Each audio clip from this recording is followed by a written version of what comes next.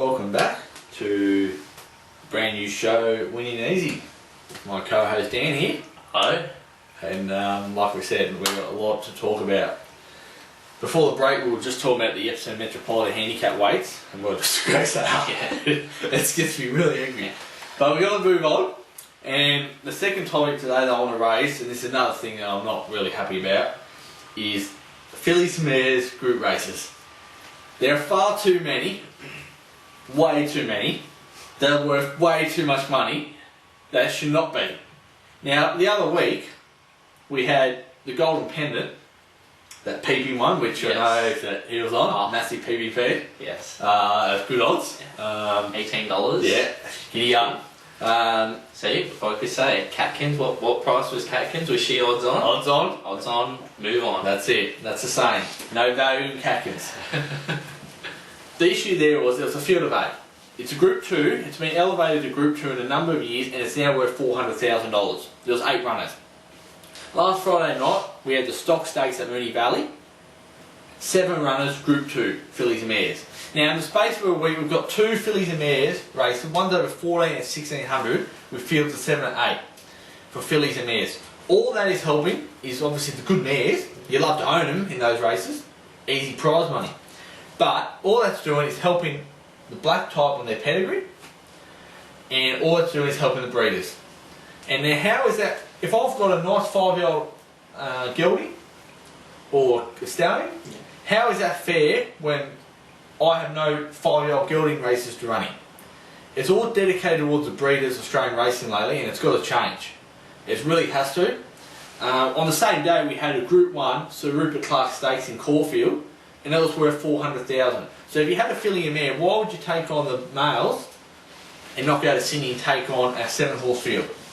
And it's an issue that needs to be raised, because it's just Group 1 racing should have the highest prize money, and there's too many races that clubs are wanting to get their fillies and mares races promoted to Group 1 and Group 2 races. And in my opinion, we have enough as it is.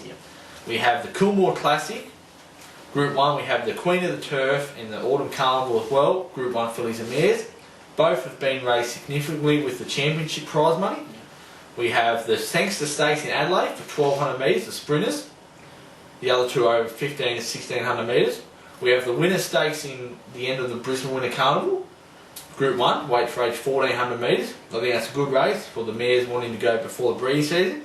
And obviously we have the Myer Classic on Derby Day for 1600 fillies and mares. That's 5 Group 1 races for fillies and mares only.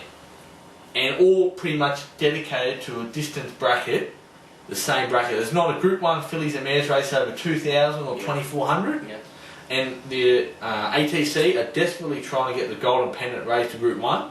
And you know, that's just not, in my opinion, fair and justified to the owners who own geldings and stallions.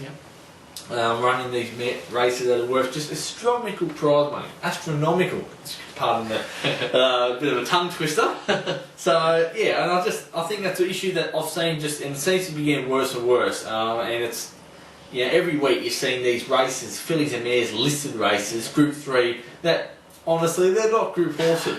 But if they happen to run third in it and get some black type, it's all for the breeders, and it's got to change in my opinion. And the prize money for them should be way less than an open age Group 1, Group 2, I dropped my pen there, sorry people.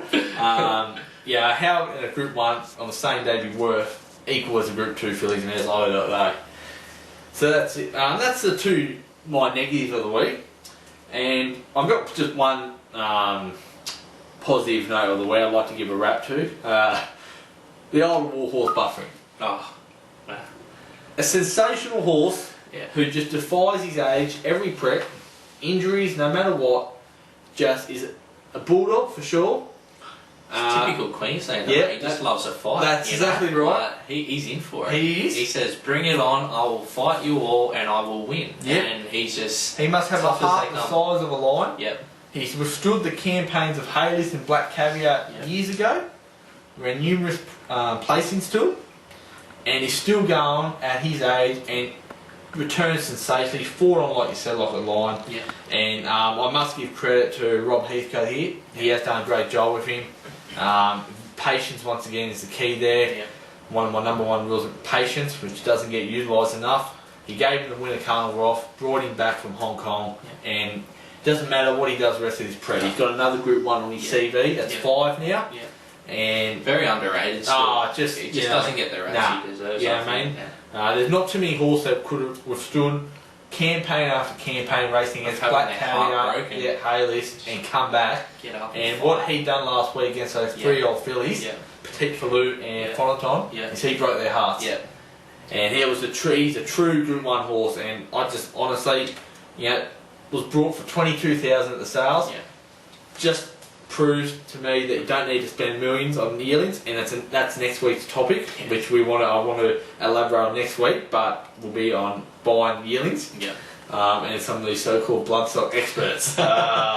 Experts. With open checkbooks. Like I said, no one picked buffering out at the start. So I'd just like to give Robbie, well done mate. Those Kentucky bus tours obviously taught you a lot. So let's get into the form now. So we're going to save the big dance for a while. So we're just going to have a look at the two main races from Sydney. Of course at Randwick on Saturday. So race 6 of the day is the Spring Champion Stakes over 2,000 metres. It's Group 1. What are your thoughts on that? Group 1 for the 3-year-olds.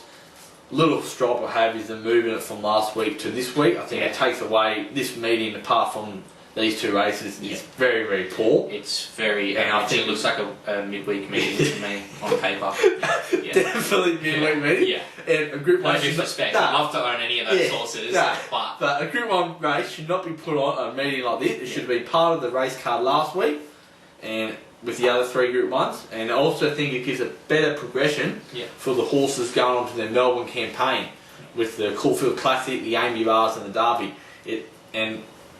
It's just thrown up a field that, to be honest, isn't the greatest field I've ever seen. We have two exciting horses in there though. Both won their last 2 starts each. Have Vanbrugh, wasn't that a win last start? And he's maintained the run, on. surged to the front, and he just kept going. He looks a very, very smart horse. And we have the Queenslander as well. Go the Queenslander. Too good to refuse for the Desley Forces stable. Well, not Desley. There's a lot of confidence around actually. It's been $7 into $4.80.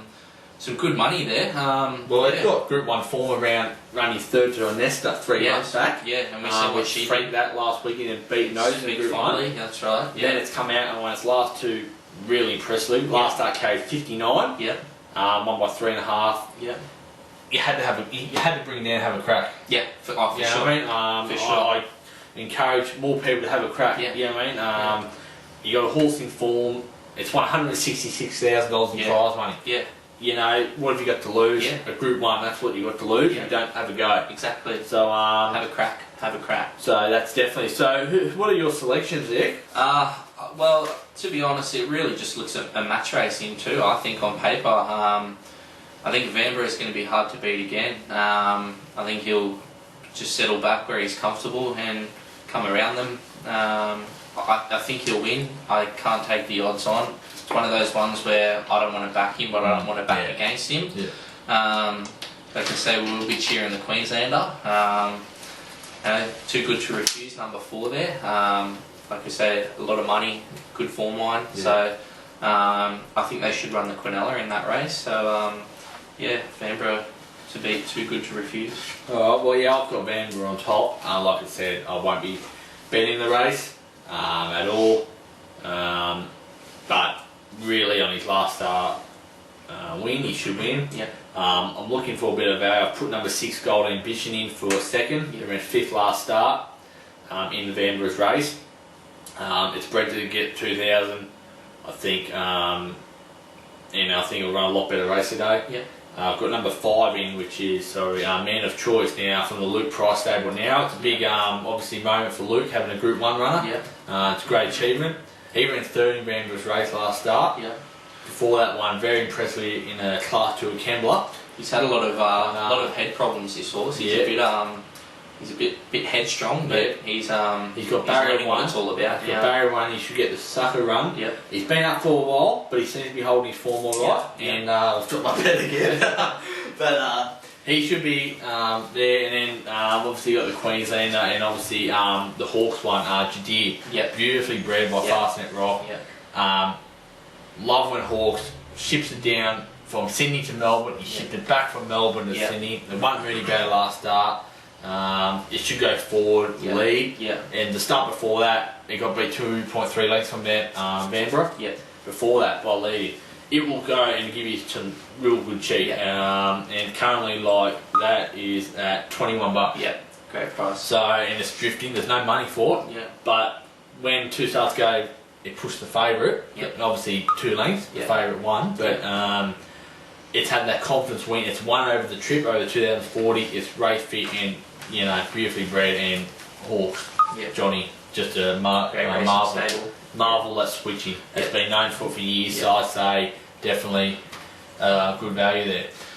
The other race we look at is the Ank Stakes, which is race 7 over the mile. We have 3 chances in my opinion. So we'll just take a break for a sec. We'll just take a break, a short break, and yeah, we'll be back after this.